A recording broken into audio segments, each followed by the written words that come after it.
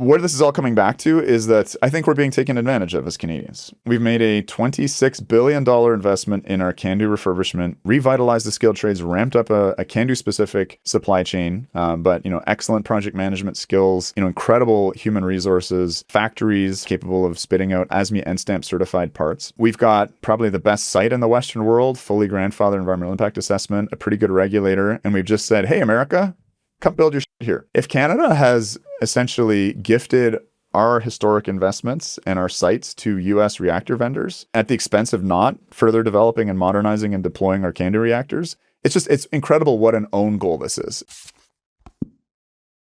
And a warm welcome back to Decouple. Today on the podcast, we have Dr. Chris Kiefer. Chris is a Canadian emergency medical doctor.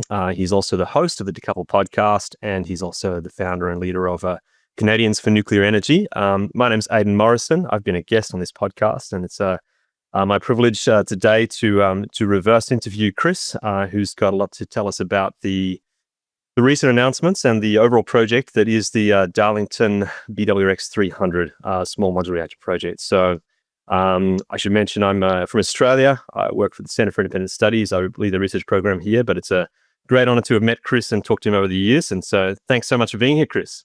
Thank you for rising to the occasion, Aidan. I'm really looking forward to this. I mean, I am looking forward to it, and also it's a bit daunting because we're going to go, I think, pretty high level in terms of looking at the BWRX project. Again, the not so breaking news is that in May of this year, the final investment decision was made. Construction officially commenced on the Western world's first grid-scale SMR. There's a ton to unpack there. I am a medical doctor. It's hard to find, an expert within the project, either at, Ontario Power Generation or GE Hitachi, that will talk to me for kind of fairly obvious reasons. I've been a fairly vocal critic of this project. And in general, just the nuclear industry tends to be pretty cloistered and not so big on sort of unstructured, free, exploration of ideas. So you got me instead, Decouple listeners. And that is the reason why, this usually a Decouple is all over breaking news. But that is the reason why we are like 2 months late in covering this topic. I did try this earlier. I realized that my information was pretty incomplete. So I've been deep diving this. It's not going to be the perfection I want, but hopefully it's going to be something that's not polemic, not ideologic, evidence-based. So Aidan, thank you for giving me the opportunity to be a guest on my show. It's looked a real privilege. Look, let's start super high level, Chris, because I know that you were very actively involved in a major refurb project. I think it was Pickering.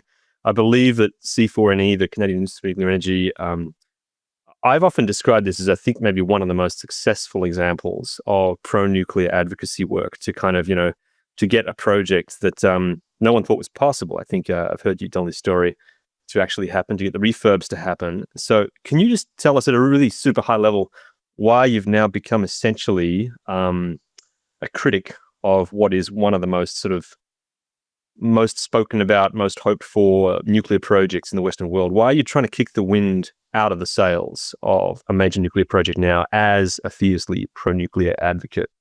Darlington is a really precious site. So it's one of our 3 large nuclear sites in Ontario.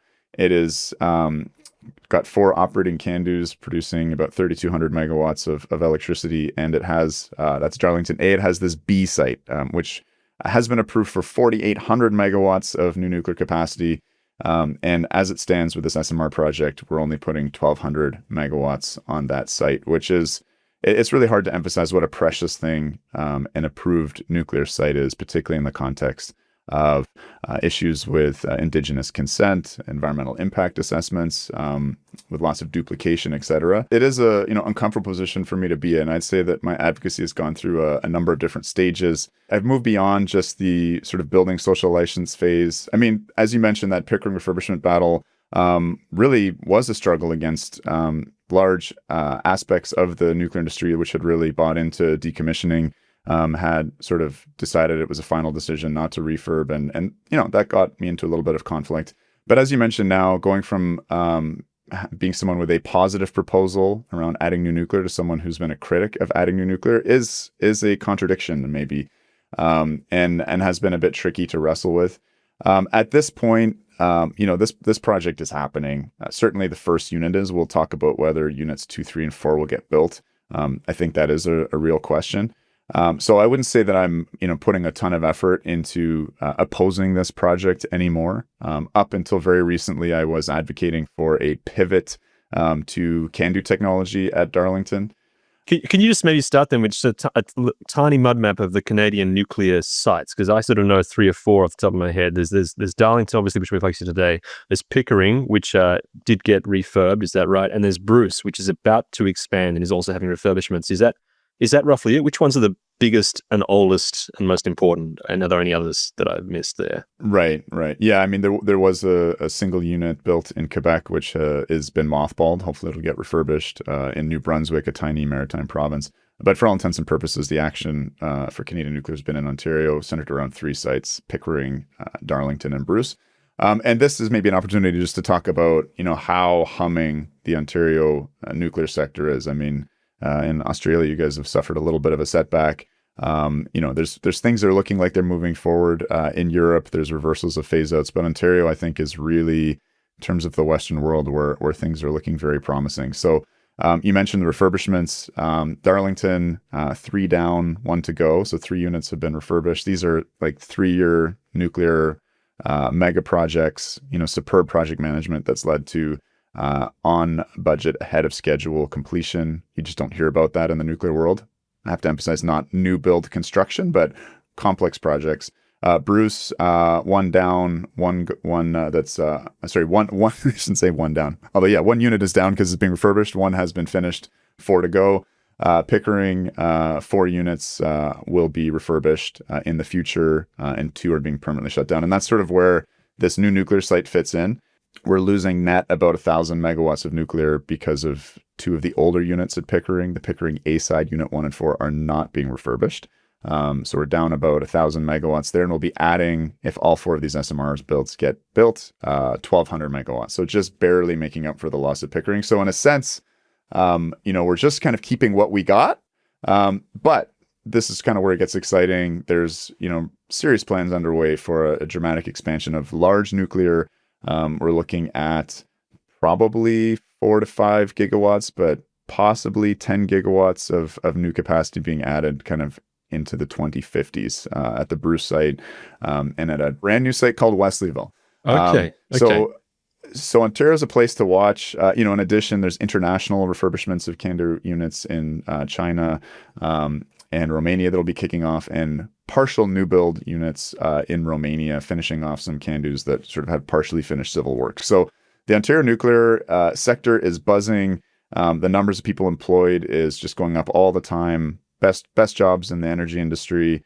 And again, because of that historic export market, major investments, and because we own the CANDU design, major investments in the Ontario supply chain. And I understand it's a feature of like CANDU that's kind of unique to CANDU reactors, that the refurbs are not kind of what we have in our head as typical refurbs, where you kind of, tinker at the edges and kind of, just to update and put a little polish on the top. Like a refurb for a CANDU reactor is replacing all the pressure vessels, because the CANDU reactor has this, all the different, the calandria, and is that right? That's the pool, isn't it, that they sit in? So, but this is really rebuilding the whole guts of the project. So it's almost rebuilding the interior of a nuclear plant, not just tinkering the edges. So all the kind of machining and tools and skills that are used to build one have been super fully exercised. Is that right? Through these refurbishments? That's, I think, the best way to think about it in kind of imperfect analogous terms is an engine swap out. So we're swapping out the 480 fuel channels, all of the 960 feeders. We're not replacing the calandria, but basically swapping out the guts. Now, this is kind of highly modular work. You are doing one process 480 or 960 times. So it is different than a new build, but yes, you're replacing a good chunk of the nuclear steam supply system of the kind of guts or the engine of the reactor, but you are not doing the civil construction. And that's something that we sort of look past a lot in this era in the West, in the era of PowerPoint reactors, where we're not thinking about the gritty, dig the hole in the ground. Just these seismic qualifications have gotten, talking to civil engineers, we've gone from sort of planning for 1 in 1,000 year earthquake scenarios to 1 in 10,000. Things have gotten really robust, really expensive, a big driver of cost, according to MIT studies. Like the civil and site preparation work is 50+% of the overall total installed cost. So that is not included, and that's where we're going to get into some interesting conversations as it pertains to the boiling water reactor 300 at Darlington. Okay. Just before we get to that, the BWX 300 project itself, like why is Canada building so much more? Like why?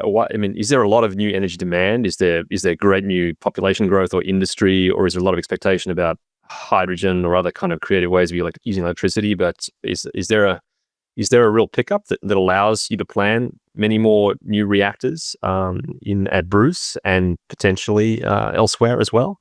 Well, Aidan, as you mentioned, yes, demand projections are a tricky game. I'm pretty distrustful of the climate oriented demand projections. Just the idea of getting to net zero requires, I think, unrealistic amounts of power sources that are uneconomic to be built really quickly. And so there is a sort of net zero plan for Ontario that involves something like 16 gigawatts of hydrogen, capacity being built. Right. A similar amount of nuclear, a lot more wind and solar. We have the same in Australia. That I don't think is, that I don't think is super credible. The independent electric systems operator looking more at just, not sort of climate centered, but around, more heat pumps, more electric vehicles, some, more reshoring of heavy industry. Now that we're in the midst of a trade war with the US, investment in Canada is a little more shaky. Data center demand, but also, some of our nuclear units are retiring. We may get a second refurbishment out of our CANDUs, which would turn them into like 100 to 120 year assets. But you start thinking, okay, well, we're going to need to eventually replace those nuclear units with something new.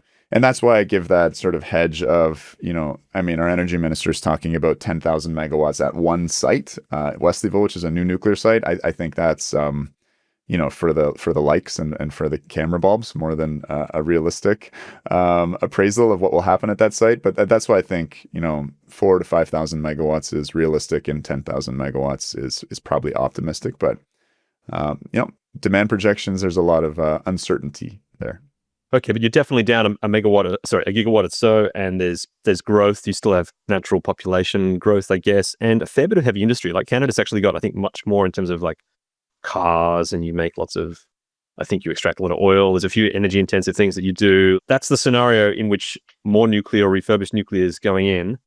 How did the BWX project start? Like, when did you first hear this get proposed seriously? What was the kind of early days? Yes, we're a manufacturing heavy province, as you mentioned, the auto industry, which is potentially under a bit of existential threat from Trump. There's big plants around EV and battery manufacturing facilities, Volkswagen making investments, Stellantis, Northvolt. Those are all looking a little up in the air. But yes, a lot of new immigration, which tends to center in Ontario. And a certain amount of reshoring of industry and electrification of things like our steel mills is part of that demand projection growth, and data centers and things like that. There are certainly ambitions, I think, our energy minister of, prior to the trade war of building a lot of nuclear here and becoming a major exporter to power-starved sections of the US that have just failed to invest, and we're planning on shutting down a lot of fossil. That's, a big moving target. But getting to Darlington, yes. When did this whole SMR thing start? We'll go back a little further. So the Darlington site has 4 large CANDU reactors on it now. Ontario Hydro, our old Crown Corporation, planned a number of sites around the province. Bruce, Pickering, Darlington. There were a few coal sites, a gas site at Wesleyville, which will soon be a nuclear site, God willing. But they planned and built, large multi-unit sites. So Pickering, there's one building essentially that has 8 reactors within it. It's wild. The whole thing is like a kilometer long. I haven't been allowed to tour the site yet, but the turbine halls of the 4 packs up at Bruce, it's half a kilometer long in terms of this open space with all of the various generators and turbines that you can just look out at. So Ontario Hydro really knew how to build things at scale to squeeze out economies of scale and learning by doing a lot of sort of standardized units at one site. And that was the plan for Darlington. Darlington was built in the 80s and 90s, the CANDU units there. Unfortunately, that coincided with real sort of plateauing power demand and the threat of surplus baseload. And so the project got held up a number of times, put on pause. Financing was like 15 to 20% interest rates. So that one hurt us. But there had been plans to do a B side of that, just as Bruce and Pickering have an A and a B side. So a further 4 large CANDU units were sort of what God had planned for Darlington B. That got put on hold, as I mentioned, the stagnant growth, demand growth. And so what ended up happening was the site was kept active in terms of a nuclear construction license, and that's a real blessing. And that's part of why this SMR is happening here. But there were bids for large nuclear going sort of between 2009 2012. Ultimately, we went a different route in terms of the Green Energy Act, added a lot of wind and solar under these feed-in tariff contracts, and kind of got the what's it? I was going to say cold knees. Anyway, we got cold feet about large nuclear. And then in around 2017, 2018, the SMR hype really started to kick off. There was enthusiasm to build something nuclear. And because demand was looking pretty flat, the idea was let's do something that's sort of small, more achievable, that we can sort of bite off and chew on. And I have sympathy for the planners within the government of Ontario and Ontario Power Generation for looking into SMRs at this time, because we were, coming off of Fukushima. Social license was really terrible. There was really thinking that, there wouldn't be a lot of public sector finance for large nuclear plants. We needed something that was smaller that we could get more private financing for. And lastly, the demand just might not be there. We don't want surplus baseload. So let's build something small. Let's sort of crawl before we walk, and walk before we run. And so there was a down selection process, sort of looking at different sort of technologies. It was interesting. The sort of top 3 contestants were Terrestrial Energy's integral molten salt reactor. There was X Energy's high temperature gas reactor, and the GE Hitachi boiling water reactor, the 300 megawatt version. And that's ultimately the one that was selected, I believe, in 2020. And, ultimately there's been, I think, a big sort of path dependency, and in my view, a sort of sunk cost fallacy, which has led to us being in the current situation that we are, where the facts on the ground have changed dramatically. Social license is through the roof. There's investment tax credits. Green bond financing, stuff that Canadians for Nuclear Energy played a big role in fighting for. And, we have the demand lining up. We have Pickering A coming offline. So, our argument has been that we should be building large nuclear, taking advantage of all of the licensed megawatts at Darlington, and building CANDU reactors, since we've made this very historic investment in CANDU refurbishments. Yeah, indeed.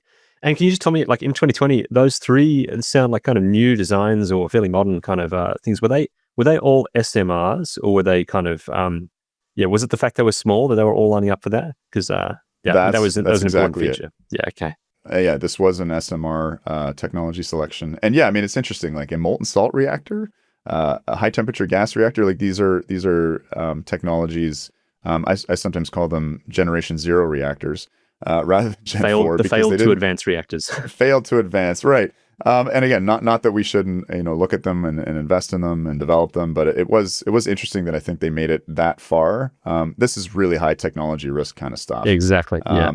And so it's almost like the other 2 are sort of set up to fail, maybe. I don't want to, I have no inside knowledge on this, but it was the obvious choice to build a boiling water reactor, that technology well established. Although, as we'll talk about the BWRX 300, there's a bit of a departure. It is first of a kind. This is not based on a plant that's been built before. Again, we'll probably get into this a bit later, but natural circulation, we've talked about this before in the podcast, but this has not been done anything near certainly the scale of the 1300 megawatt ESBWR, which was the precursor to the BWX 300. The largest done previously is about 60 megawatts.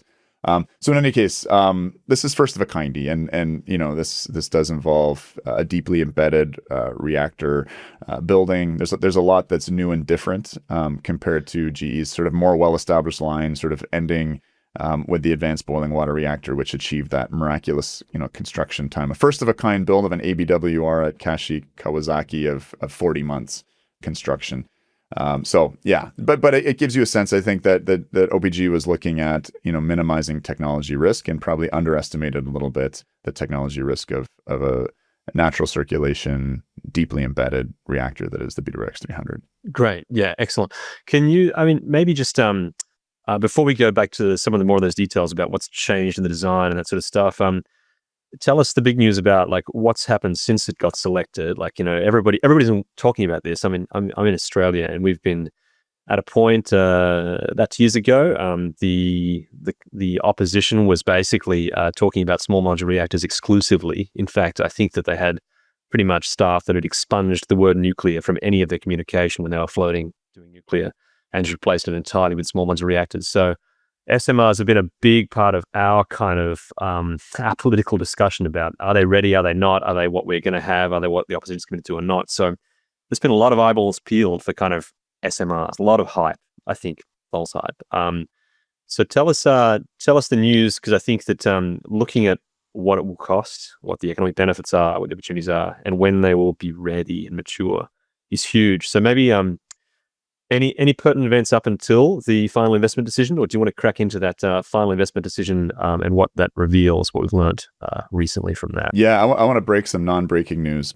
In May of 2025, after the front-end engineering and design work was completed, after OPG started to move into a higher level of the construction class estimate, we got some numbers, a total installed cost number. We had some murmurings about what these reactors might cost. Again, initial projections from GE back in like 2018, 2019, when the project was conceived, was $1 billion US for this reactor. The Tennessee Valley Authority had an integrated resource plan.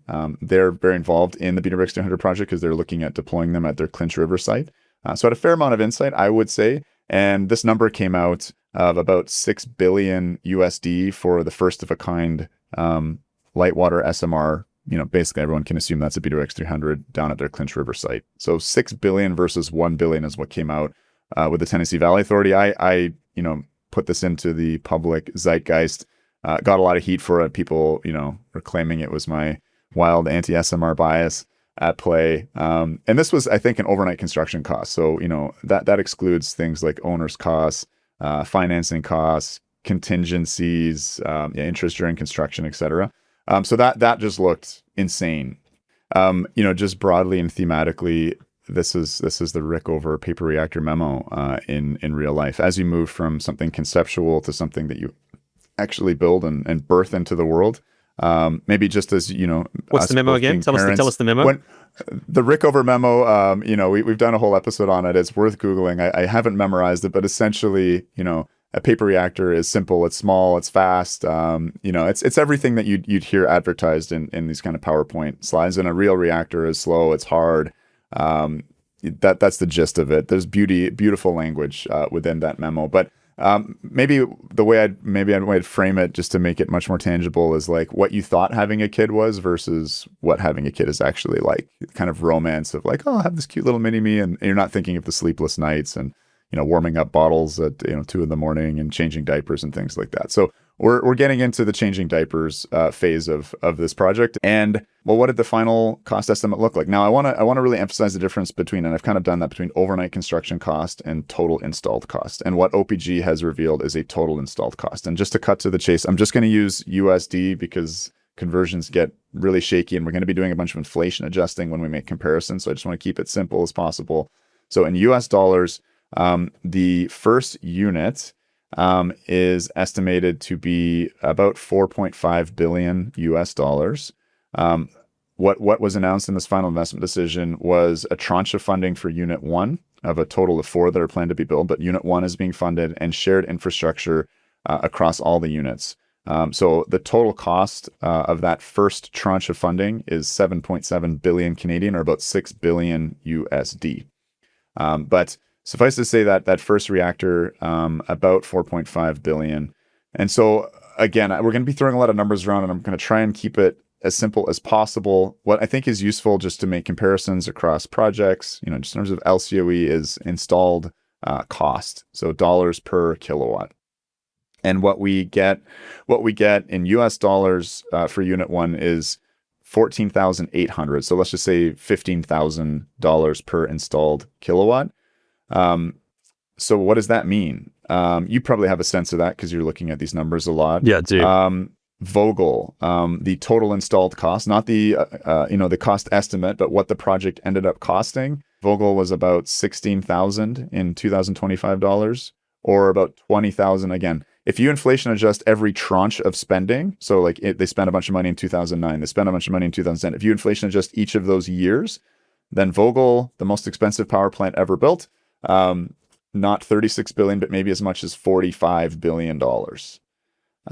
And so this is going to get into, like, we're going to talk a lot about, I think, comparators, and it's really hard to do this because there's so few nuclear projects in the West, right? A bunch of them are in the past. Do we include Baraka as a Western project built by Koreans in the UAE? Like, I mean, it's not a Russian-Chinese project. I do want to get into those cost comparisons, but I think my initial response was I didn't understand this was a total installed cost, and we're going to get into why I think OPG's done a really admirable job, and I don't think are giving us optimistic numbers. I think they're giving us fairly realistic numbers.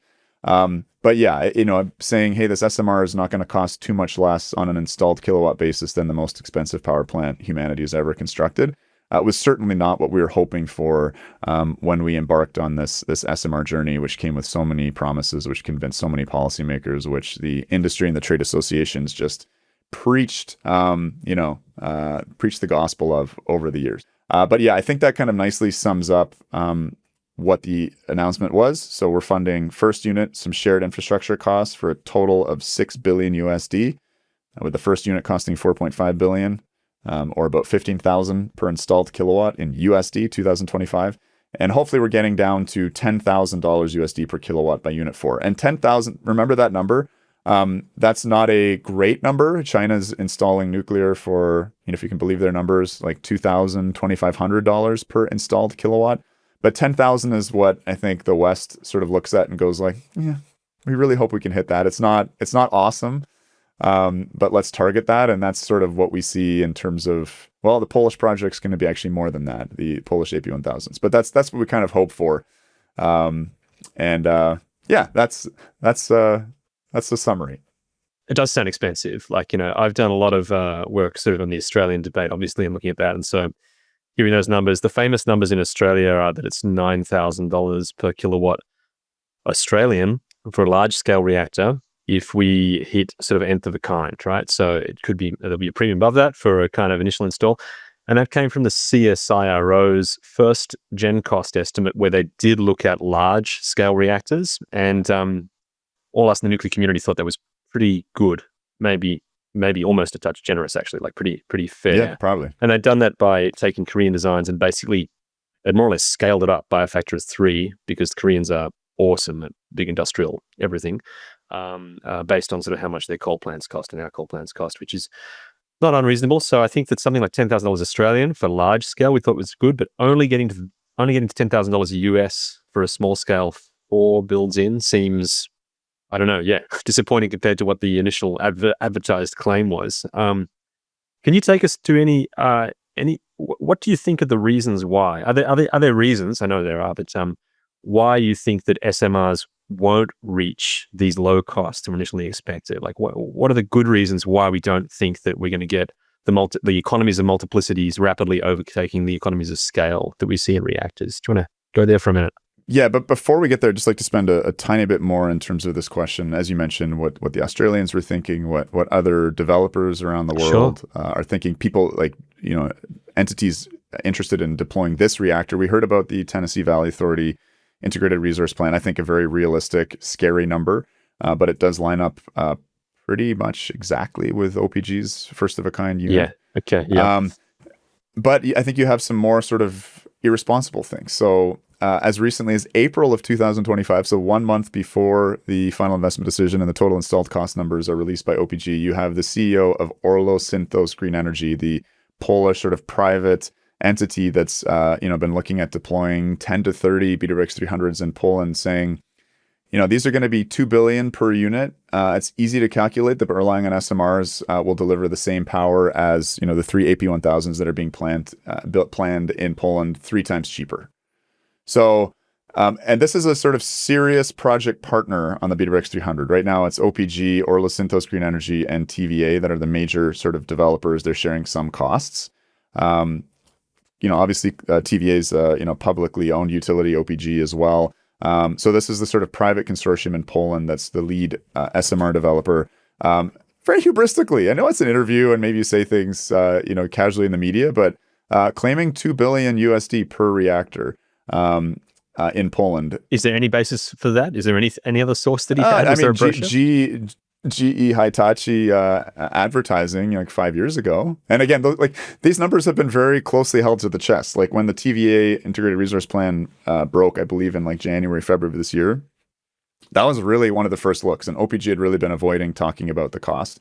Again, all credit to them. I'm glad that when they finally did, I think they've given very realistic numbers. OPG loves the mantra, on budget, on time. And I think this gives them a chance of being on budget. But not to beat a dead horse here, but in terms of other estimates, the Saskatchewan Energy Minister, Don Horgan, to his immense credit, in 2023 said, an SMR is going to cost Canadian 5 billion per reactor. And that's sort of what the nth of a kind may get to at Darlington. Whether that happens at Saskatchewan, I think they'll be resetting their learning.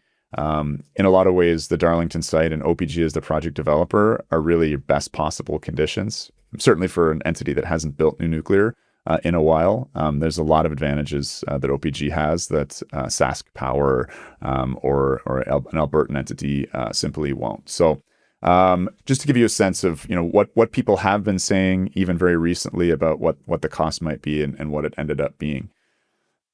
Can I maybe just while you're on that, let's continue on that question of kind of what has changed about the design. Actually, this is interesting. Like, when the earlier estimates sort of around $1 billion a piece or whatever else were there, what's changed? What are the reasons that we know of for changing costs between now and then? Like, was the design known, or what do you think has changed in the finishing of the design to get to that point? Maybe talk us through what we know. Yeah, I'm an armchair reactor designer. Like, I'm not at all, right? So I don't want to venture too far into speculation, but I will give you one example, which I think is important and which I've explored with a number of experts and civil engineers and everything. And that is the Great Big Hole, right? So the initial BWRX 300 design involved digging a deep shaft to put the reactor building in and the reactor pressure vessel in. Now, why was that necessary? This is not an active circulation boiling water reactor with pumps, etc., that increases the power density, meaning it's a smaller reactor pressure vessel, a shorter reactor pressure vessel. But it becomes quite long because it relies on natural convection currents to circulate the water in the reactor essentially during operation, and during an emergency event, it has this isolation condenser system, which is beautiful, ingenious, and a really great system, but again requires a very, very tall, long reactor pressure vessel. So there's a couple reasons why that resulted in the need to dig down quite a ways. One is, if you built that at grade, it would be sticking up. The whole building is 60 meters tall.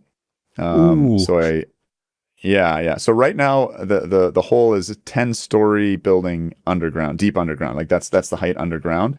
So it'd be, what is it again? Total 60. So anyway, it'd be something like a 15, 20-story building above ground, if they were to do that above ground. Now, when you refuel, a light water reactor, you pop the lid off, you flood the area over top with water because it's an amazing radiation shield, and you move the fuel elements out. So that fuel handling and the kind of primary spent fuel pool needs to be at the height of the head of the reactor that, again, pops off. And so if you were to put that high up above grade, like 10 stories up, because of how long this reactor pressure vessel is, you can just imagine the sort of civil works and the foundations and the robustness of to hold that up, to hold that up and do that work there. So they want to have that happening near grade. The other issue is for the aircraft impact assessment rule. If you can have a lower profile, that probably is helpful. But from what I understand, it's mostly about trying to keep your refueling happening at grade. So that means a great big hole. Now, It's deep. It is 36 meters deep, so a 10-story building deep. Initially, in terms of the conceptual design, the hole in the ground was supposed to be about 20 to 22 meters in diameter, which is quite large, but actually nicely coincided with the largest vertical tunnel boring machines in the world. China, heavy industries, and railway has a vertical tunnel boring machine of about that diameter, and that could rapidly speed up excavation for this project versus your kind of old school, buckets and diggers and everything else, right? And excavating a cylinder is a little harder than a more shallow sort of square site where you can drive trucks down into and move earth out of like you would for a more traditional site. So in any case, the diameter of that hole increased dramatically from 22 meters to 36 meters. So that's wider. That's wider than a 8-lane highway. So a 10-story building deep, 8-lane highway wide. And so that means you're, in terms of just, doing some basic math, you're removing, a lot more volume. You're pouring a lot more concrete. Now, in terms of boiling water containment, you have a much smaller primary containment because you don't have steam generators and things you have to keep within containment. So you're really just, you're containing the reactor pressure vessel and the steam dryers and things like that. You do have a secondary containment, which is that outer wall, that 36 diameter wall. From what I understand, that's still sort of a meter thick concrete wall. It needs to be pretty robust, particularly at depth like that, to resist sort of compression forces in earth and things like that. So just a dramatic increase in the amount of concrete being poured, the amount of excavation. The Darlington site, it's sort of glacial till type geology, but bedrock starts about 26 meters down. So you have 10 meters of bedrock to get through. And you have an active nuclear site, about 300-400 meters away. So you're kind of limited in how much blasting you can do. So you're using pavement smashers on excavators to break apart that bedrock and shovel it out. So what does that mean?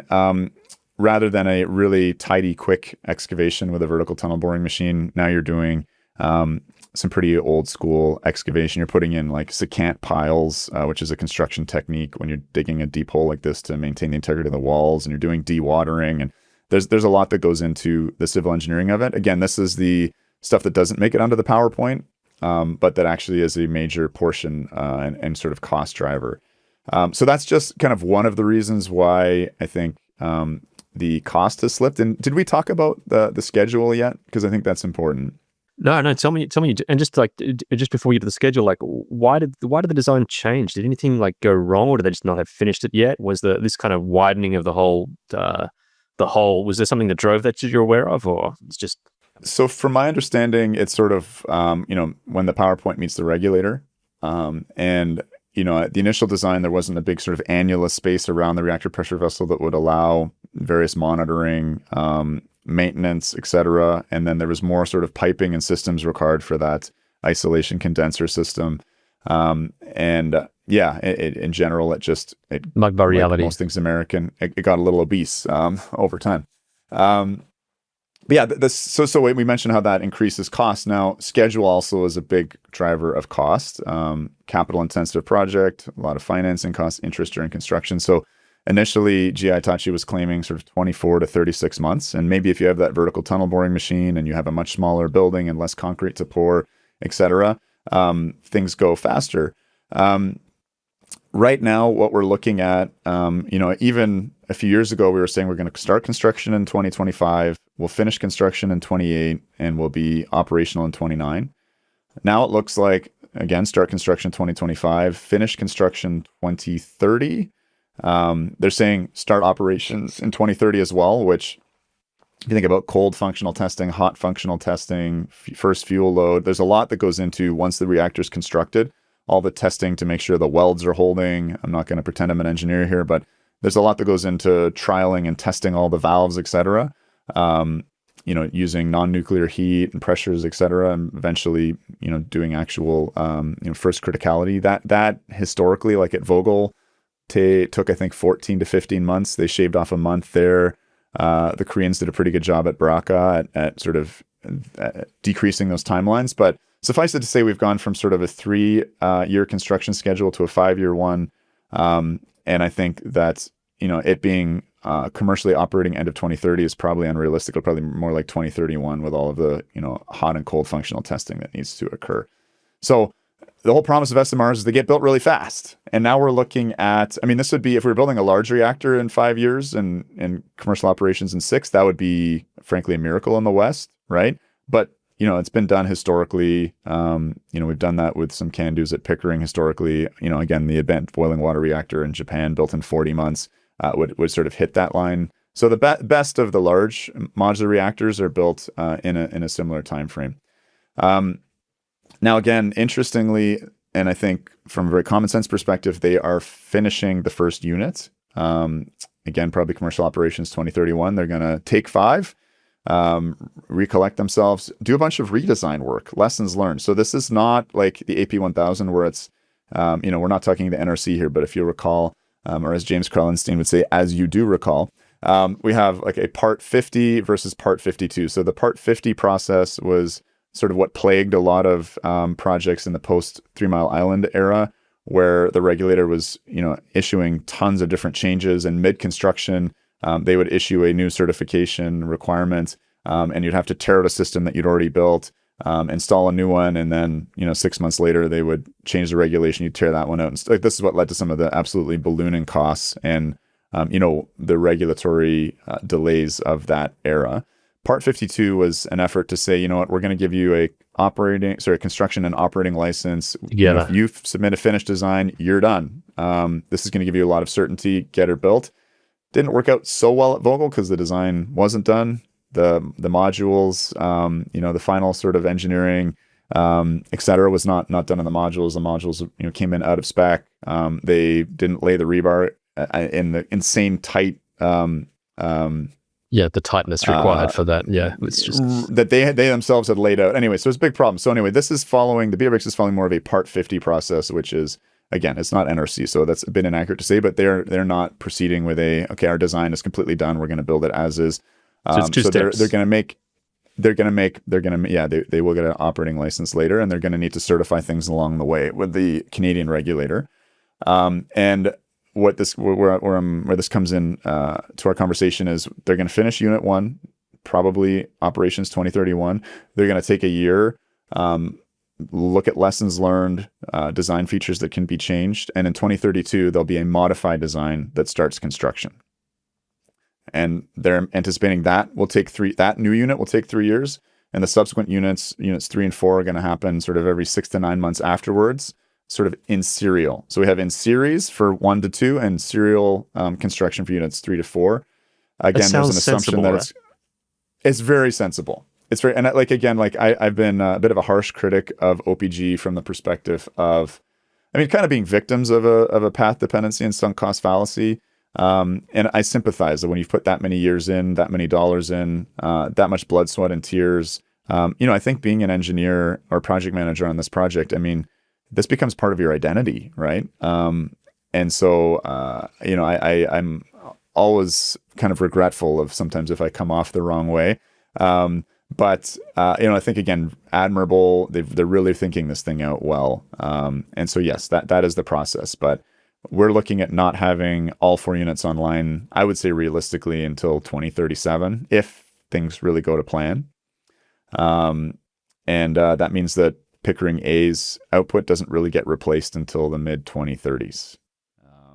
And essentially you build like a large, you build an AP1000 in 12 years, right? Which what you'd hope for anyway. They built them in 10 in Georgia, right? They're building them in 5 in China now. So that's right.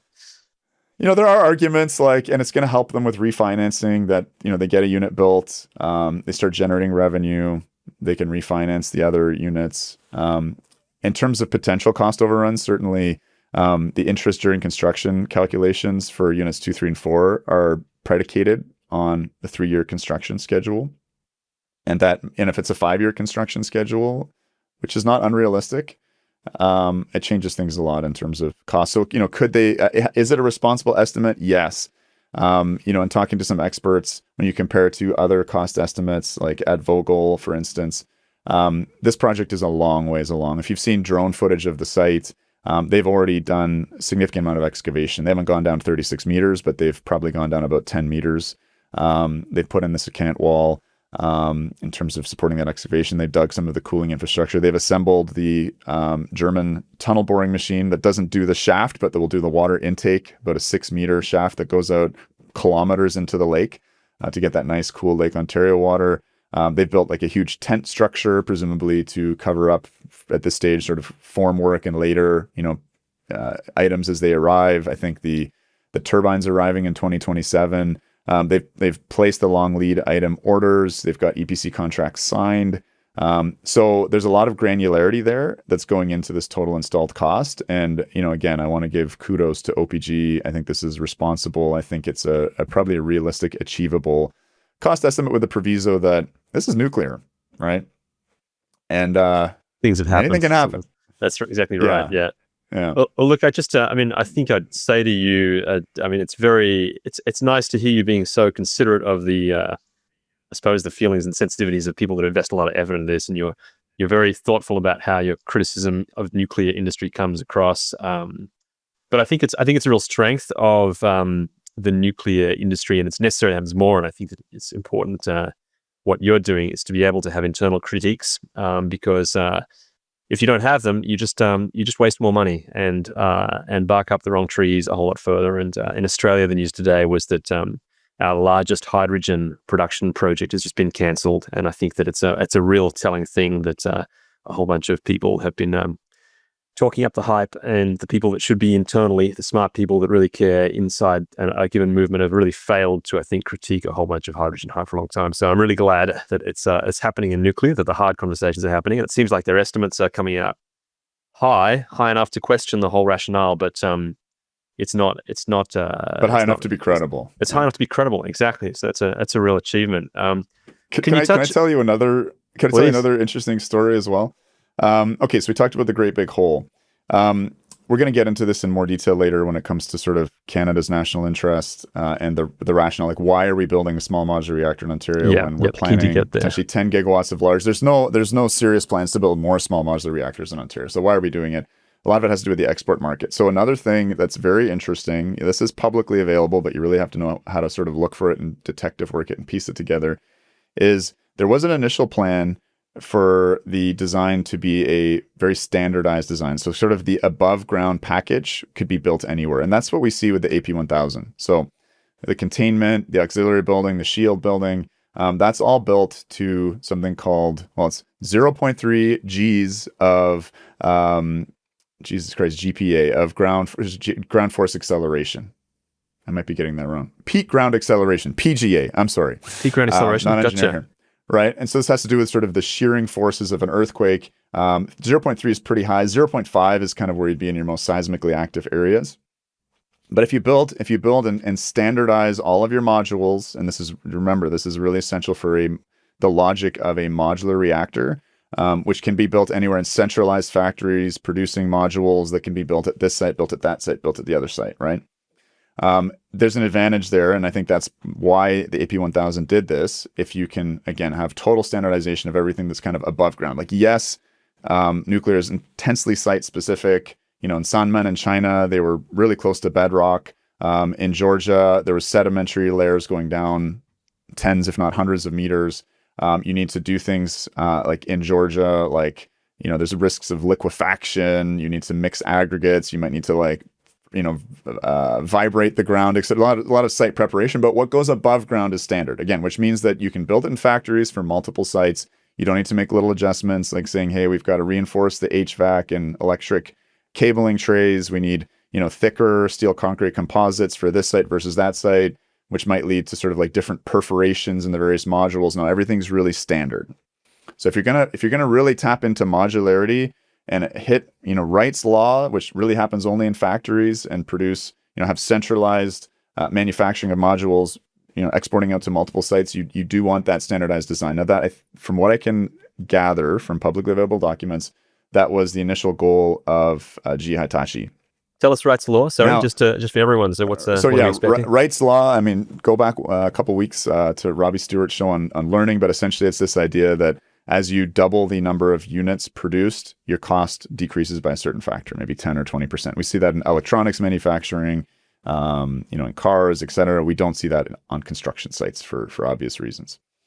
So in any case, GETH had been planning on trying to do an AP1000 on this to certify all the above ground stuff for the logic I just mentioned. But that would really mean overbuilding for the Darlington site. So the Darlington site is about 0.5 Gs of peak ground acceleration, what you need to build for the seismicity. It's low seismicity in Ontario. Compared to what was the standard before? That was compared to 0.3 Gs of peak ground acceleration. So it's higher in Ontario? No, Ontario is very low, but if you want to build the standard package, you want to do it to a high seismic qualification. Okay, I got the, maybe there's a decimal place wrong with the 0.3 over 0.5. You're right, 0.05. 0.5, okay, oh wow, yeah, okay. Yeah, or it should be maybe 0.1, let's just keep it simple, 0.1 in Ontario, 0.2 in Clinch River, which is, probably the next site to go, and 0.3 would get you buildable almost anywhere, and 0.5 is like, over a fault line in Japan. I'm probably a little off there, right? In any case, if you build the plant and you design it, a standard design for the Darlington site, that is for 0.3 Gs of peak ground acceleration, that is overbuilt for the Darlington site, which means thicker steel plates, which means maybe higher density concrete, which means, more pipe bracings, different cabling trays, etc. That would add a lot more cost. And already, as we can see, this is sort of at the edge of viability in terms of being affordable as an SMR. And so they decided to take it down from, to not make it a standard design, but make it site specific for Darlington. Now, is that an issue? It sort of is and it isn't. For Poland, similar seismicity. For Saskatchewan and parts of Alberta, similar seismicity. So you could possibly use a lot of what you have there. And that could be standardized to be used at those other sites. For Clinch River, no. So Clinch River seismicity is higher. I think needs to be built to a standard of 0.2. So that means, potentially major redesign work is needed for TVA, and I won't belabor. I think I've already mentioned kind of what that might entail. Again, is this a red herring? Is it a huge issue? From what I understand, it's not nothing. But again, especially when we get to that high level conceptual framework of like what justifies violating economies of scale, it is supposed to be the standardization thing. So that's, I think, another kind of interesting example. And I just thought, the more I researched it in the last couple of days, understanding how important that supreme standardization is to the promise of, centrally built, mass manufactured modules for something that's not a microreactor that still does, really need seismic qualification. I think that's a kind of interesting other point.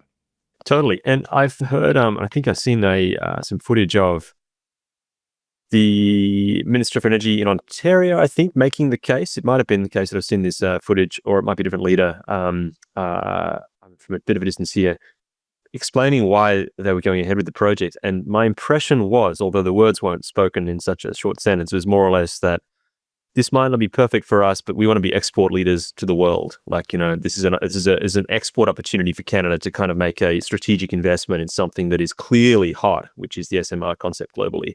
So the export issue, like, it seems fairly critical if you're designing something that is now sort of downgraded to a site specificity that suits you, but not everywhere. Is that the design that's going to be the exported one, or is the TVA one that's like, twice as higher ground force acceleration going to be the one that gets exported because it's got that level of standardization? Seems like a glaring hole in a way in the kind of concept for justifying it. Was it the concept for justifying it in Canada, or why do you think it was chosen? Yeah, absolutely. Like, why is Ontario building this? I think initially there was the thought, this is going to be, SMRs are just such a paradigm shift and are going to be so wildly successful. We'll just, if Ontario needs more power, we'll just build a lot more SMRs because they're going to be cheaper, faster, quicker than large reactors. And that's obviously not the case anymore. So yeah, now it relies entirely on the export market. Minister Lecce, unfortunately, I think is under the perception that this is a radically, he's bought the SMR hype essentially, that this is somehow a radically different product within nuclear. And no, it's a scaled down boiling water reactor. This is not something fantastical or futuristic. There are some cool features like the isolation condenser system, etc. But the export. So I think there's two scenarios for exports. One is that this project is just a smashing success and everyone wants to build one.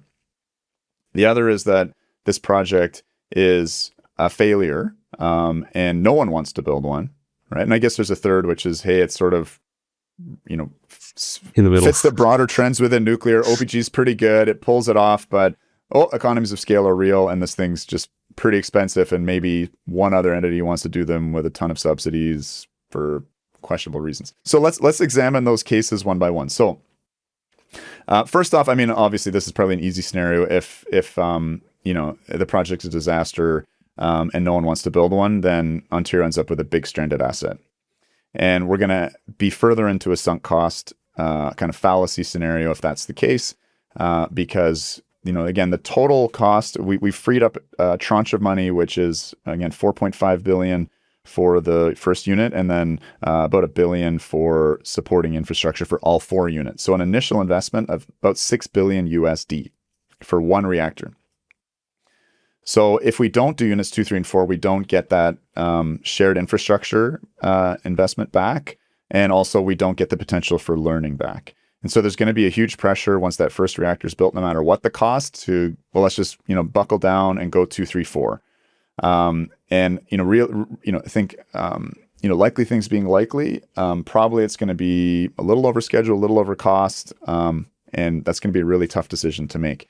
And if that's the case, I think, TVA, Poland, Alberta, Saskatchewan are going to go, yeah, hold my beer. Maybe I'll wait a little bit longer. And this is where it's interesting, right? Because, from what I understand, GE has negotiated, or, Ontario has extracted certain concessions from GE, and they're, hopefully as a result of my activism, frankly, extracting more concessions, right? Because I'm being a real fly in the ointment here in terms of emphasizing how this really threatens Canada's national interest. We're in the midst of a trade war. We've got, Donald Trump's bellicose rhetoric of annexation, not really, he won't, in Greenland, he won't rule out military force, but in Canada, it seems pretty just, we're going to economically strangulate you into submission. We're getting our steel and aluminum tariffed. I think it's up to 50% now. Just called off our whole trade talks, which are looking really promising because of a digital services tax that the Canadian government was going ahead with. Huge issues in terms of, the investment environment in Canada is horrific right now. And it's Trump's fault, and we're building, a U.S. reactor. Sorry, that diatribe, I hope it really doesn't distract me here. But in any case, we are apparently getting some concessions around, I don't know exactly the details of the contracts, but if we build other units in Canada, it's good for us from a contractual negotiation with GE Hitachi. And that's the idea, right? We have smaller grids in Canada. Saskatchewan in particular can't fit a gigawatt scale unit without major grid upgrades or multiple units that can handle, scramming a single unit at a time. And so that was really part of the rationale, like why SMRs was to do this more broadly, for OPG to take one for the team federally. Now, the issue here, I will say nuclear is a need to have, not nice to have technology. So you generally don't build it if you've got copious amounts of coal or gas. That's the situation, certainly in Australia. There's exceptions to that. UAE, well, actually, they have a lot of oil. They don't have as much gas. And part of the reason they built nuclear was not to import Qatari gas. But hey, the Russians have a lot of gas, right? They build nuclear. Well, there's, broader geopolitics, or don't get high in your own supply, build nuclear so you have more hydrocarbons to export, or, you're just a sneaky soft power machine like the Russians are, right? But in general, if you have cheap available fossil fuels, you don't do the hardest, most technical, requiring your best and brightest technology. In any case, and this is again where this is where my confidence was shaken a little bit, because initially, if you look at the cost of a combined cycle gas turbine, that installed cost per kilowatt, it's pretty low. Like, your fuel costs are certainly something that you factor into the lifetime economics of a gas turbine. But, could Saskatchewan build a 300 megawatt gas turbine for essentially, 1/10 the price?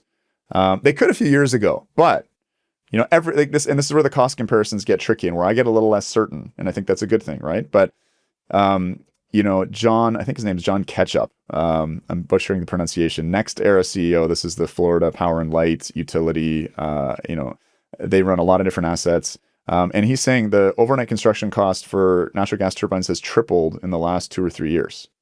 Right? Because of demand? Instead of, Partially because of demand, supply chain stuff, cost of interest going up, although that shouldn't be overnight construction. But yeah, basically it looks like the costs are about tripling. And so now, rather than being able to build a combined cycle gas turbine in Saskatchewan for 300 megawatts, a similar size to the BWRX being 600 million, it's now maybe like 1.4, 1.5 billion. Now compare that to probably not nth of a kind, like 3 billion SMR at Darlington. They probably have to restart over at something like the 5 or 6 billion level.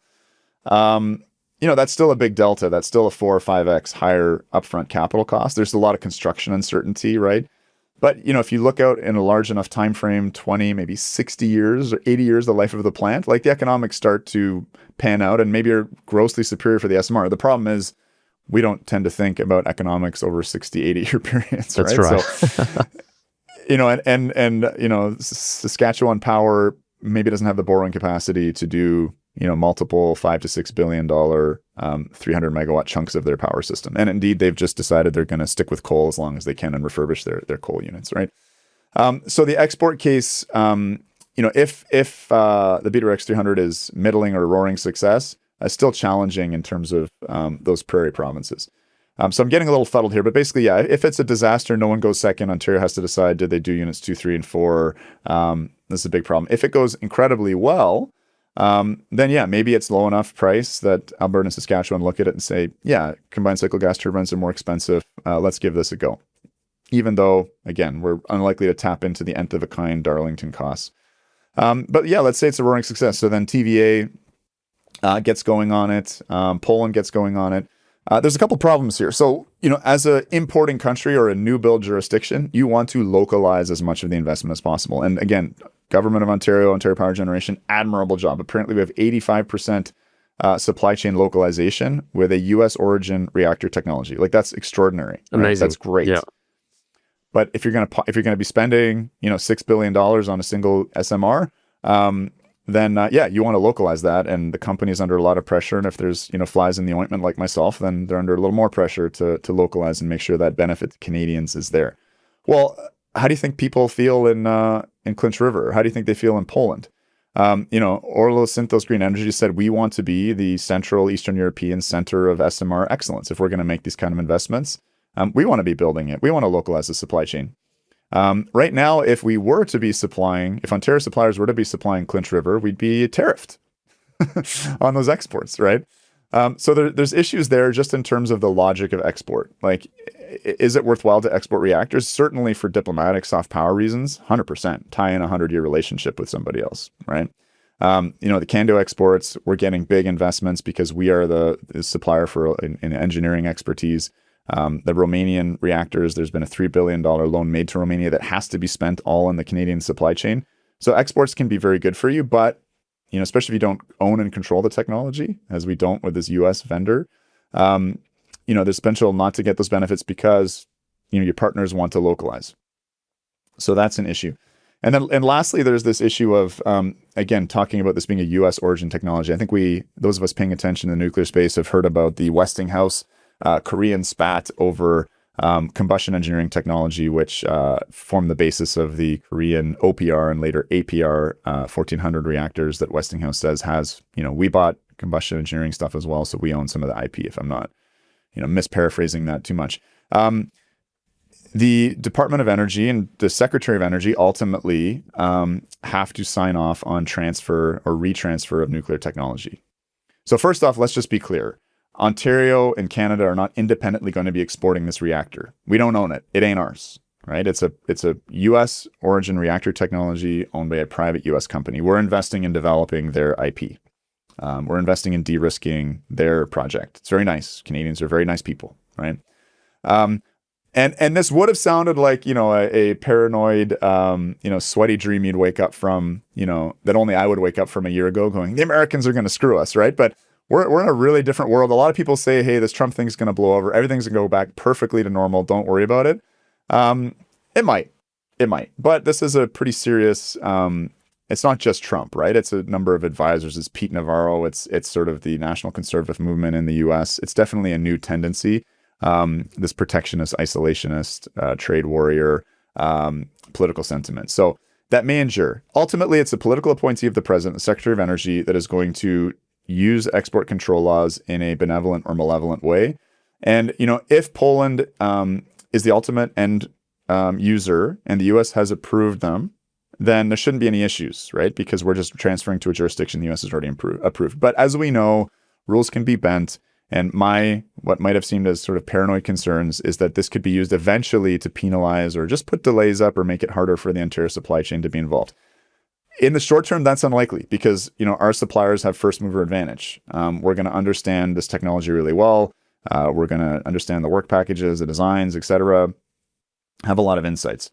But, and so the Polish, yes, they'll try to localize. If again, it's a roaring success, they'll probably localize more on, the civil stuff, some of the simpler stuff, maybe the cabling, et cetera, and we'll maintain some supply chain dominance in the more high value manufacturing. But I'd say over a decade or two, that could definitely shift. So where this is all coming back to is that I think we're being taken advantage of as Canadians.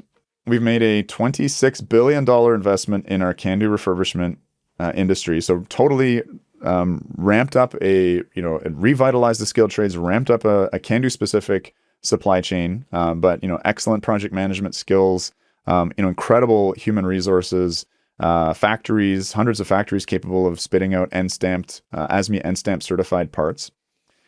We've got probably the best site in the Western world, fully grandfathered environmental impact assessment, a pretty good regulator, and we've just said, hey, America, come build your shit here. And where this, there's a future scenario that I think is really interesting, and that is, let's say a European country is looking at, technology selection. They've got a request for information going on. And CANDU bids in, and GE Hitachi bids in, and Westinghouse bids in. If Canada has essentially gifted our historic investments and our sites to U.S. reactor vendors, we are massively disadvantaged, and at the expense of not further developing and modernizing and deploying our CANDU reactors. It's incredible what an own goal this is. And that's why it speaks very deeply to, a kind of Canadian psychology that I really reject, which is one of sort of self-effacement, one of naivete, one of a lack of confidence. And I really hope to inspire a little bit more of Canadian gumption. I mean, we have engineered so high above our sort of per capita population with the best fighter jet of the 1960s, the Avro Aero, with the best commercial, narrow body commercial jet, the C series, which we sold to Airbus for $1, with Nortel, with RIM, with BlackBerry, with CANDU reactor. And CANDU is like one of the only industries that we have not branch planted to the U.S. And branch planting, I don't know if you got it in the Australian context. I guess you did with Ford and whatever else. Basically, it's the idea that U.S. companies retain IP ownership, strategic decision making, and Canadians build a GM subsidiary factory here to produce GM cars. Right? That's branch planting, rather than Canada having its own automotive company, which who knows if that's realistic or not. But when you are bequeathed, thanks to incredible industrial policy and Canadian talent and engineering and physics expertise, with a world-class reactor technology, which you own the supply chain of, the IP of, the troubleshooting of, you can independently mine and manufacture the fuel, you have total energy sovereignty, and again, it's a world-class reactor. To be bequeathed that and then to squander it and say, you know what, we're going to throw that in the trash because we don't think much of ourselves and we're going to build U.S. technologies. To me, that's a crime against the nation. It's kind of bizarre. Like when you describe those kind of risks that you have just with the US design, and you've done well to extract quite a lot of concessions from GE Hitachi, and it sounds, you could almost make it sound like it's maybe kind of acceptable and this project could work out. But then if you compare it to what the alternative is, which is, completely indigenous, extremely warm supply chain, totally proven design, and you kind of have to wonder what is the motive for shifting it all away from that. And I just get back to all the time this question. It must be that this is an SMR. Like, surely, is there anything other than the fact around the assumed benefit of this being the SMR thing and that having some great new potential? I just can't think of any other good explanation, right? The SMR is definitely a big part of it, but we're also looking at building the Westinghouse, Canadian owned but US headquartered, US origin technology. we're looking at building AP1000s in terms of our large reactors rather than CANDU. So we're looking at potentially completely burying the kind of sovereign, energy, secure, intensely localized Canadian nuclear technology in favor of 2 U.S. technologies for our sort of grid scale SMR and large nuclear units. And so it goes beyond that. And so whether it's, Canadian, again, just kind of pathological identity and just lack of strategic self-interest. I have to say, the French abandoned their indigenous reactor technology. It was a gas graphite technology, very similar to what the UK continued to proceed with. It was an inferior technology, not refurbishable, wasn't able to really hit its nameplate capacities, wasn't able to refuel online. Major reasons why the British fucked up, frankly, and why the French went with a Westinghouse pressurized water reactor system and ultimately did pretty well. And if that were the case, if CANDU were demonstrably inferior technology, okay, it's time to love America. What we should do is, like the French, if we're going to do that, extract major concessions. And the French are able to do that because they're saying we're going to build 50 of these things. Exactly. Right. So we're going to form the Framatome company, a French-American company, but we're going to make sure we extract as many concessions as possible. We're going to make sure we can localize this technology, indigenize it, export it once we've done so, et cetera. And Canada is not in the negotiating position to do that by saying we're going to build 4 SMRs. That's right. Maybe we could have negotiated, and also we're not planning on a Mesmer plan. We don't have a kind of national champion like Électricité de France, which is going to make the engineering investments to make a Canadian boiling water reactor through CBWR or something, and update the codes and everything and the INC and stuff so that we can say, hey, this is our reactor. We should be able to export it independently. We're just not in that state or that kind of a nation. But again, we've been gifted, and as is so common, I think, in terms of gifts from one generation to another. You don't appreciate your parents, right? We don't appreciate our parents' generation for what they have bequeathed to us. And so that's, that lies really at the basis of a lot of my sort of strategic national interest thinking about why this ultimately is a terrible idea. It sort of seems strange. I mean, I relate as an Australian because we, I think, we share a little bit of this self-effacing kind of like a cultural intuition that we just sort of think we're kind of small. We gravitate towards what the Americans or someone bigger and better has done before us, and sort of don't quite trust ourselves. But when I look at what Canada has done, we're a country that, we're 30-40% smaller than you guys are, but you guys have developed your own reactor technology, which is just kind of amazing and worked, and it's exported around the world. And Australians are flat out telling themselves that we couldn't ever really do nuclear. The fact that we don't yet have a nuclear industry is used as one of the main reasons for not even starting to do one, holding hands with someone that would supply us all the know-how. And so to see a country that has got all the know-how, there should be a compelling reason, as you put, to kind of moving in that direction. I wanted to check a couple other things in what you said, though, which I just think really jumped out at me. One is that you weren't quite sure whether the other states, Saskatchewan, Alberta, perhaps, might move on developing small nuclear reactors because the cost of a gas turbine, for example, there's plenty of gas in Canada, is pretty competitive. There's an Australian line of thinking, or at least it's strong in Australia at the moment, that would say that is unthinkable. How could you possibly extend and expand baseload power from a fossil fuel? Is that not something that you, as someone who's quite climate concerned, and or Canada, is sort of how does that even enter your mind, or why have you not viscerally opposed it yet? And does anyone else in Canada think that's just ruled out and they must go nuclear or solar or wind? Where's the dialogue at? I mean, personally, I think it's because I'm a pragmatist. I define myself as being a climate alarmed, but also sort of a climate realist. And cost of living is also, a real thing that needs to be balanced into the whole equation. But in terms of the broader sort of Canadian zeitgeist, certainly under the Trudeau Liberals for the last 10 years, which represents a good chunk of mostly kind of urban central Canadians, climate has been a major concern. And before, shit really gets real in terms of you actually look at what the clean electricity regulations, for instance, which talk about hitting net zero electricity by, I believe, 2035, or, we're going to eliminate all diesel power generation in Indigenous communities scattered across the Canadian North, for instance, and replace it with we're not really sure what yet. In that sort of stage of planning, it's easy to make commitments and things like that, right? I'm glad it happens there too. For sure. But I think where the rubber meets the road and where it starts to, where, Western provinces like in Alberta and Saskatchewan start saying like, over our, don't tread on me kind of thing, right?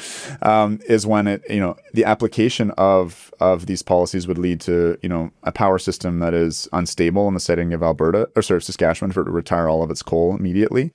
And just, unrealistic in terms of adding capacity, whatever it is, in such a tight time frame, or just the cost. So as I mentioned, yeah, it's would seem unthinkable, but Saskatchewan has a conservative premier, and he's not willing to sacrifice grid stability or affordability, and so they are life extending their coal plants probably for another 10 years. In Alberta, they have basically done a coal to gas transition. And there's real interest in nuclear in Alberta, in terms of diversifying their mix. They have made big investments in wind and solar. They've had some increasing issues in terms of power quality and near misses with blackouts when some of those resources have not shown up when most needed. And frankly, the gas isn't going to last forever. So it's a good idea to start thinking about that. Actually, one of the more advanced projects in Western Canada is, and I think it's a little daydreamy, but God bless them, and I wish them luck, is 4 large CANDU reactors in northeastern Alberta, which potentially could share power with British Columbia and serve a load that's commensurate to their output. So we're not talking only about SMRs anymore in Western Canada, which I think is exciting. But yeah, I hope that answers your question, sort of weighing climate concern and pragmatism. It is like just to comment more globally, like the nuclear industry obviously has hopped on the net zero bandwagon. Net zero needs nuclear, etc. Interesting, like as we shift into the Trump era, like that stuff, particularly in America, has totally died off, and now it's about energy dominance and energy security and not letting China get ahead of us. So, it's interesting the way that this stuff is. It hasn't happened that's happened here yet. There's still like a landslide victory for the Labor Party in the last election, and they're still taking that as a mandate to pursue net zero at any and all costs. So there's no concern for the pragmatism in the current government, and the climate seems to be slow to shift here. But just wanted to kind of return to this question of small modular reactors and where they fit in the globe. Kind of, I think that it's interesting that in Australia and in Canada, like we have 2 kind of continental-sized countries with some relatively distant and far-flung population centers and not very populated places. It strikes me that we have some of the best cases for small modular reactors, maybe because there are those distant populations of like, 1 million or less people or something like that. But in the globe, if I was to put my sort of climate decarbonization optimizers kind of hat on to think about how do you get the biggest, fastest bang for buck, I just don't think that there is that big a proportion of humanity and global output that is in those small, far-flung kind of places that only have 1 million or so people and need small reactors. Like, certainly all of Europe and the most populated parts of Asia. I just can't think of that many places where you don't quickly find yourself thinking, gee, if gigawatts the sweet spot for kind of reactor size, you put a bunch of them in. So, do you want to reflect a little bit more on SMRs in general and the hype train and the sunset on that? That'd be interesting. I think you're being kind of entirely too sensible when trying to, rigorously analyze what's the biggest decarbonization bang for the buck and saying, hey, we've got large load centers, let's build, large proven economy of scale type reactors to decarbonize them.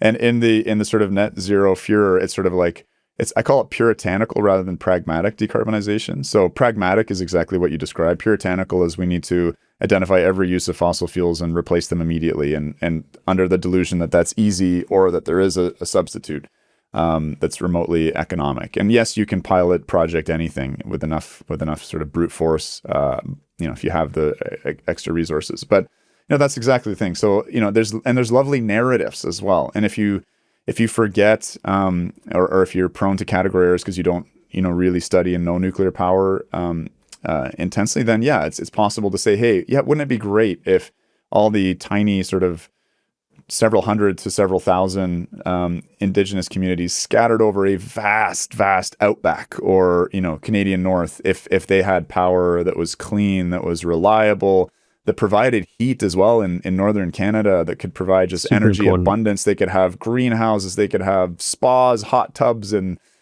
places where they only have sun 6 months of the year and average temperatures are like -5 throughout the year.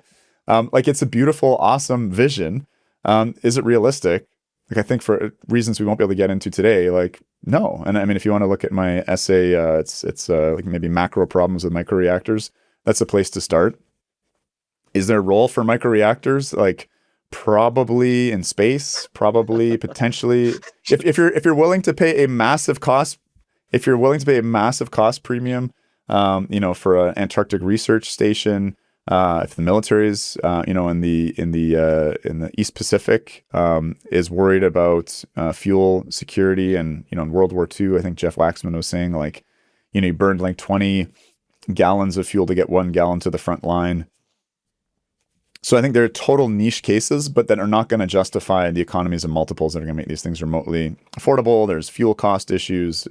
Again, go back to that essay or listen to my episode with Nick Turon on microreactors. In terms of grid scale SMRs, like the 300 to 400 level, again, you can do it, but it comes with a cost premium.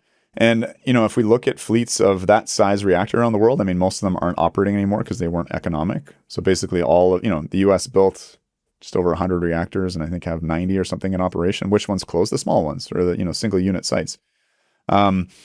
But, the Russians built the VVER, their pressurized water reactor, at a number of different scales. I think starting in the 200s, they built a bunch of 440s. They've got some thousands, some 1,200 megawatts now. The 440s are sort of scattered around the Soviet satellite states. I mean, Cuba, for God's sakes, had plans for, I think, 2 to 4 of them. Was that economic? I mean, maybe for Cuba in the end, yes, because they just, they're burning a bunch of dirty fuel oil that they're running out of, right? It's not cheap, right? And it's a soft power move. There's a significant cost premium to running something that has a diseconomy of scale. So if you have no other options, if Saskatchewan, Alberta didn't have copious gas, yeah, maybe, right? Maybe if you're not bathed in endless sunlight in the northern hemisphere, you can't just do solar and batteries.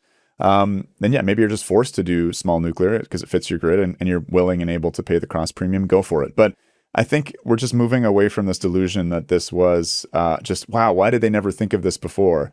And also, modularity. And I think, we're at risk of getting into the kind of rambly section, but I'm up for it if you have a few more minutes. The first unit at Darlington is not a modular reactor. And that's for a very good reason. If you combine first of a kind with modular, that's high risk. We saw that with Vogel, right? If your modules are, if your supply chain is not competent, not so much of an issue in Canada, but it means it locks you into a certain degree of design finalization, which they have decided not to do, I think, for good reasons with the BWRX 300 at Darlington. The counterpoint is the ABWR, the fastest constructed, like 1,400 megawatt boiling water reactor in Japan, was a first of a kind, built in 40 months, highly modular. So, it can be done, but there's risk to it. But suffice it to say, the Darlington SMR is not small. We've established that with just a brief discussion of the 8-lane highway wide, 10-story building deep, just reactor building. It is not modular. They may work in modularity as they hit units 2, 3, and 4 with significant redesign, which comes with a bunch of cost, right? Those modules won't be standard to the needs of higher seismic areas. So again, modularity is this, I call it this like incantation that is used to dismiss and wish away economies of scale. And it's not even present with this small modular reactor. So anyway, a bit of a rant there, but no, I think that's important. And I mean, I as well, like when I looked at it and I listened to other podcast episodes here on small modular reactors, the meeting, the 300-ish sort of size ones with James Cronstein, sort of excellent analysis that I think just confirms what I think is a fundamental limitation of physics in so many applications, but it comes down to surface to volume ratios, right? The value comes from the volume inside, which is your, the power on your core. And that scales with, I call it R cubed, the volume, like, depends what your length or R, but if it's just one shape, R. And the surface is the expensive bits. The surface is the bits that you have to hold it all together, to shield it. Necessarily, like you can't invent that stuff away, right? So your costs scale with R squared and your value scales with R cubed. Going up always produces those economies of scale. That won't be invented around, and I can't think of any other application in power systems engineering where that has been overcome, where the economies of multiplicities have ever overtaken the economies of scale in that sense. Like so even gas turbines and stuff, we've got excellent aircraft engines. We don't build big gas diesel power plants by stacking together truck engines. Like, same with gas turbines up to the sort of size they have jet engines. They never stack together 15 or 20 of them. They go for a bigger unit, like quite consistently. It's never really happened in any other example of engineering where this kind of volume to surface area ratio thing has kind of been superseded by these economies of multiplicity. So I just think it's a bizarre thing that it's ever expected to here. And so when you peel that away and think, what's the chance this will ever be cheaper? Which I think is none. You end up with this question of where are the niches where SMRs fit? And I find like Saskatchewan and Western Australia and maybe Alberta, and then I start running out of ideas because, like, all of Asia is and Europe is could do well with a whole lot more than that. So I just think it's really interesting to think about that. And again, like what we're really suffering with is we don't have enough data, right? There have been so few large builds. So we have EPRs in Europe, we have AP1000 in America, we have Baraka. If you want to make those comparisons, I mean, that's not a high volume. And they're built, and this has been a nightmare for me to sort of try and inflation adjust everything to look at, okay, at the time of the bid, was it similar to Darlington? How advanced was the project? Were contracts signed, et cetera? But you can look at that total installed cost. But again, still, there's very few data points. What is interesting is there's attempts to do this and model it by people far smarter, obviously, than myself. The independent electric systems operator looked at developing a cost per installed kilowatt for large versus small. Small is about 11,000. This is Canadian. Large is 13,000 per kilowatt. Sorry, small is 13, large is 11. So they see $2,000 cheaper per installed kilowatt for large. But what's interesting is our investment tax credit, our response to the American Inflation Reduction Act, gives a 30% tax credit to small modular reactors, but only a 15% tax credit to large reactors. And that's because small reactors are this novel technology in need of support because there's something cool and different about them. And, large reactors are established and don't really need that support. And this is significant. Like a 30% investment tax credit is huge. So OPG is a crown corporation. I think in 2024, they spent $470 million. They had a $470 million tax liability. Off of this 6 billion reactor, they can't, not all of it's ITC, right? But in terms of the reactor components and everything else, about 4 billion of that is subject to the ITCs. So they're going to get about $1 billion on that first unit in terms of as a tax credit to use against their own tax liability of almost $500 million per year. They can also sell those tax credits. So that's part of what makes this project viable. And part of what makes the price of 15 cents per kilowatt hour Canadian, probably let's take 11 cents per kilowatt hour US, what it is. And that's what's being forecast for all 4 units if the whole project gets completed at that installed cost. But just, yet again, an interesting example. And we fought this because initially the investment tax credit was only for SMRs. Canadian Nuclear Energy specifically launched a campaign and lobbied federally that large nuclear and refurbishment should be included in that tax credit. But unfortunately, we didn't quite get it to the finish line. And so SMRs are advantaged. Again, despite the IESO, I'm not sure if that's your AMO or whatever else, but or CSIRO modeling, yes, large is going to be cheaper than small. And again, that's imperfect information. They're also having to base it off of like a smattering of projects, a lot of which were disastrous. But we're seeing that increasingly, like in the Department of Energy's 2024 Pathways to Commercial Nuclear Liftoff report. A clear acknowledgement, SMRs are more expensive on an installed kilowatt basis and on a price of electricity basis. So this is no longer a delusion that are smarter. Even the CSIRO, I think, is modeling that as well. You were saying so. Massively. It was like nearly $30,000 per installed kilowatt, and compared to 9, like it was a factor of 3. And that's what we were very proud of asking them to basically include the large scale ones, because it changed our debate somewhat. It got a lot closer to the line, right? Yep. So I get one more thing I wanted to mention was because people will ask, well, what about renewables? Would that have been cheaper? And so the IESO did model okay, we could build renewables instead of these SMRs. What they found was they would need about 6,000 to 8,000 megawatts of installed wind and solar, and they didn't specify how much battery capacity, but that the cost of electricity would be sort of 14 to 18 cents per kilowatt hour versus the 15 cents for the SMR, and just a lot more certainty and reliability. Ontario has a pretty peaky grid with long summer heat waves that last a couple weeks where the wind buggers off and the sun sets, and cold snaps in the winter where the wind buggers off and there's no sun. So you need an enormous amount of batteries to make up for that. Again, as part of a system, there's a way to massage in these variable resources. But that was looked at in terms of a price comparison. One can imagine that large nuclear potentially could have come in a lot more competitively against those other resources. But we're kind of stuck again in this path dependency and in this sunk cost fallacy. And maybe we're one and done. It's going to be a very painful one and done if we decide not to do 2, 3, 4. There's a lot of uncertainties here. Again, either it's a smashing success, I think unlikely. It sort of meets the stated goals here, which is possible. And maybe I'll say not unlikely, but still not terribly attractive to other jurisdictions looking at, not being able to replicate those learning rates. Or it's this like smashing success and eventually in a matter of a decade or two, Canada loses its first mover advantage and we've been allowed ourselves to be taken advantage of by the Americans. I want to ask you then for your final thoughts on what you would prescribe as the thing that Canada could do if you were sort of king of Canada for the next few years. But just first to reflect on what you just said about the renewables, our experience in Australia is that at every step of rolling out renewables at a larger and larger scale, we discover, well, I think it's some people have been pointing to holes and gaps and shadows in the analysis, but more and more costs are revealed. So I just think that if before you get to the kind of the grand massive scale of rollout that we're attempting, and you think you got an estimate of the costs, you really don't.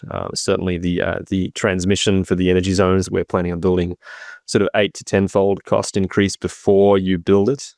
And then during construction, sort of another factor of 2 is sort of typical kind of thing that pops out here. So I'm a fan of cancelling projects. I think that the sunk cost fallacy is lethal, and you should cancel either at the latest stage, which is worthwhile cancelling, is later than you think almost always. So I'm a little bit sad to hear you say that you think this is definitely happening, because I would say of many projects in Australia that are definitely happening at the same stage, they should still be cancelled. So why don't you try to pull together kind of what you think is the best case for policy decisions? Like what should OPG and Canada do? What's the very best thing they can do for getting Canada's national security, economic opportunity in terms of CANDU, and making the best of what is happening already, if it can be rescued or leveraged in some way at Darlington? Where would you take Canada if you were king for a decade? So before May, I had a video I released on YouTube called Pivot to CANDU. And so basically the idea was cancel the SMR in the context of this trade war, in the context of a lot of uncertainties and likely high cost and low strategic value. Use the Darlington site to its 4,800 megawatt licensed capacity by building, probably starting off with something that's a little more ready, which is the enhanced CANDU 6 based on the CANDU 6 lineage, which was built Quebec, New Brunswick, and then around the world, one of the best world-class, best operating, best capacity factors reactors the world has ever known. And the enhanced CANDU 6 being a little closer to the finish line than our gigawatt scale CANDU, the CANDU Monarch. But build a couple of the enhanced CANDU 6s while we get the Monarch off the ground, and then build 2 of those at Darlington. That was my sort of prescription. Now I guess I'm pivoting into the one and done strategy, which is, I think we're going to build this SMR. I mean, listen, if it's a roaring success and I'm completely wrong, I'm open to that. Then, hey, maybe we should build those instead of large nuclear and just do them everywhere across the country and build them in Ontario. I think it's a little unlikely, but I'm open to that, right? More broadly, I think we should really lean into this CANDU investment and this CANDU advantage. Something we didn't talk about just yet was, the other issue with the GE Hitachi reactor is it requires enriched uranium. Uniquely, or almost uniquely in the world, the CANDU does not. That means we have the richest, uranium ores in the world. We dig them up in Saskatchewan. We ship them to Ontario. We manufacture them. We don't need to enrich and convert and deconvert and everything else. We just, purify that uranium, put it in ceramic pellets, load it into our cute little campfire log-sized fuel bundles, and put them in reactors. So that is all energy secure. It's all within Canada. We get the value add of the fuel manufacturing. that's a huge benefit. So in any case, there's that advantage. I don't want to beat a dead horse or belabor this, but we've made these huge investments in the refurbs. We don't have, this has to be acknowledged. The CANDU, the gigawatt scale CANDU reactor is a paper reactor right now. Is it a radical departure from previous CANDUs? Absolutely not. It's a Darlington core and some seismic upgrades. I'm not going to be an armchair reactor developer, but from what I understand, it's a pretty conservative iteration of a very well proven design versus turning a active circulation boiling water reactor into the world's largest passive one by a factor of 6x and burying it underground in a massive hole in the ground. That is much more first of a kindy. But in any case, there are challenges that need to be worked out. We don't enrich uranium, but we do enrich water, making heavy water. And we used to have massive capacity to do that. We were expecting an export boom that went beyond our already very successful export boom in the 80s and 90s.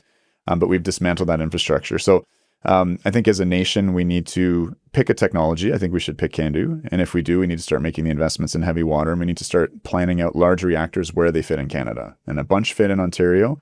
A bunch fit in Quebec and BC, where there's less social license, unfortunately, because they have the hubris of, what was boundless hydroelectricity.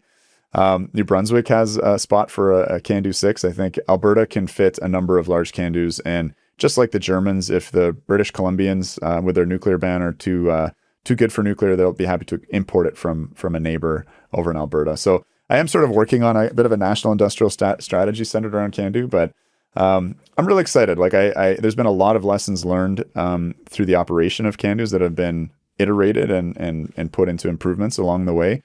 But a lot of that was pre-refurbishment. So now, the gigawatt scale CANDU is being designed for, an outage every 3 years, online refueling, keeping things going and to that point for refurbishments that are much quicker, hopefully getting down to 18 months to 24 months instead of 36 months in terms of that midlife refurbishment. Planning around double refurbishments to get out to 100, 120 years of operation. It's a really cool design, and there's a lot to be done. It's quirky, it has its drawbacks, but to Canada, to the nation of Canada, it has massive benefits. So I'll leave it there, Aidan, because we're already, Jesus Christ, we're an hour and 40 in. We might be setting a record here. So when you have a mouthy host guest on, things can get out of control. Dear, sorry for letting these get out of control, but look, that makes sense. I think it's really interesting to hear all of that, and sort of CANDU. Large scale reactors, I think, make sense everywhere, almost everywhere, and CANDU in Canada. Hearing that story just seems to make a huge amount of sense, and the success is just admirable. So, it seems like a bit of a departure, a bit of a going out on a limb, a particular limb that's kind of got American attached to a fairly American trunk that you're going on there. So a branch plant, yeah, it's a branch plant. Yeah, it's a great phrase to describe what's happened here. So it seems odd to me, and I'm not sure why you're giving up on the pivot just yet. Pivot scanning should happen, but any final thoughts? Otherwise, just fantastic to hear that sort of comprehensive diagnosis of that.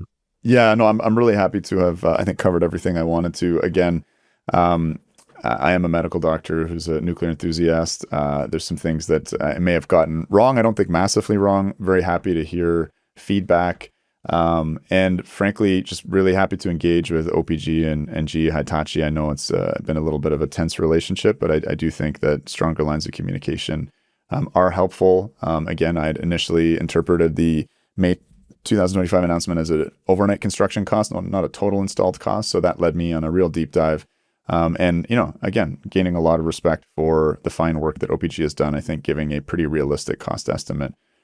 So it sort of tempers my critique. I think I still have a very solid critique, but I'm happy for that to be more nuanced and more honest, better informed. So I just hope that we can continue to have good conversations and be tolerant of the red team. These projects really do require that. And luckily, we've reached a degree of social license in Ontario where it can survive that. I did have pieces out in the media and journalists chatting with me, and there has been lively discussion about this project, as should there be. So we need to move in the nuclear industry, particularly where there is social license, beyond this, bunker mentality that, we can't actually, have open conversations. And if we had, maybe we would have slayed the SMR dragon in time to avoid what I think is going to be a costly mistake. I can't confirm enough and congratulate you for having taken that stand. I really hope that OPG and Hitachi do take that up, because I think the capacity for nuclear to host internal debate and criticism is a massive strength, and I wish I saw that certainly in other parts of the energy sector, which I don't see it in Australia, as again, like, a whole bunch of red herrings pursued way beyond what they should have been, and kind of dead ends we're stuck in on sort of hydrogen and a bunch of other things. So the internal debate, I think, is just an absolute asset. And I think you do really well. I think you've been a huge asset and something that's inspired a lot of people, not just in Canada, but around the world. So I hope the debate continues, and I hope the best comes out of it. And I'm sure it will for Canada. I think people concerned about energy all around the place. So thanks so much, Chris. It's been a pleasure. Very good night. Well, thanks for having me on the podcast, Andy. Today's episode was made possible through a generous donation from the Xerxes Foundation and from listeners like you making pledges on our Substack. If you'd like to join the tribe, please do head over to our Substack, smash that pledge button, or if you would like a tax-deductible receipt, you can hit the donate button and make a contribution through our fiscal sponsor. We genuinely appreciate your support. It is only through your generosity that we're able to continue to offer energy literacy on demand.